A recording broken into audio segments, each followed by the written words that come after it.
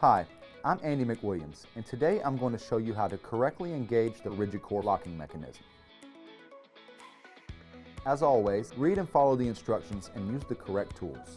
Place your pre-cut plank in the left corner with the extended locking mechanism facing outward, then add wedge spacers to maintain the expansion gap.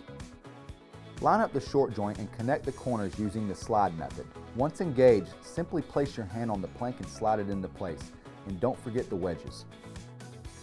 For all subsequent rows, start with an offcut or cut a starter piece.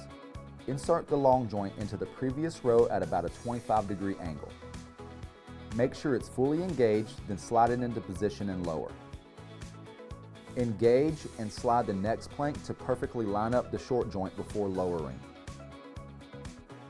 Using a soft-faced dead blow hammer weighing approximately 2 pounds, start at the T and tap down the high side to lock the short joint together.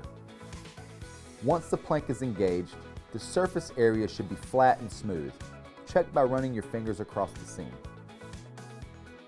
If you are having trouble engaging the joint, lift the row and disengage the long joints, then slide the short joints apart. Now check that the locking mechanism isn't broken and that you do not have any debris in the joint. I hope that this short video has helped and that you check out my other videos.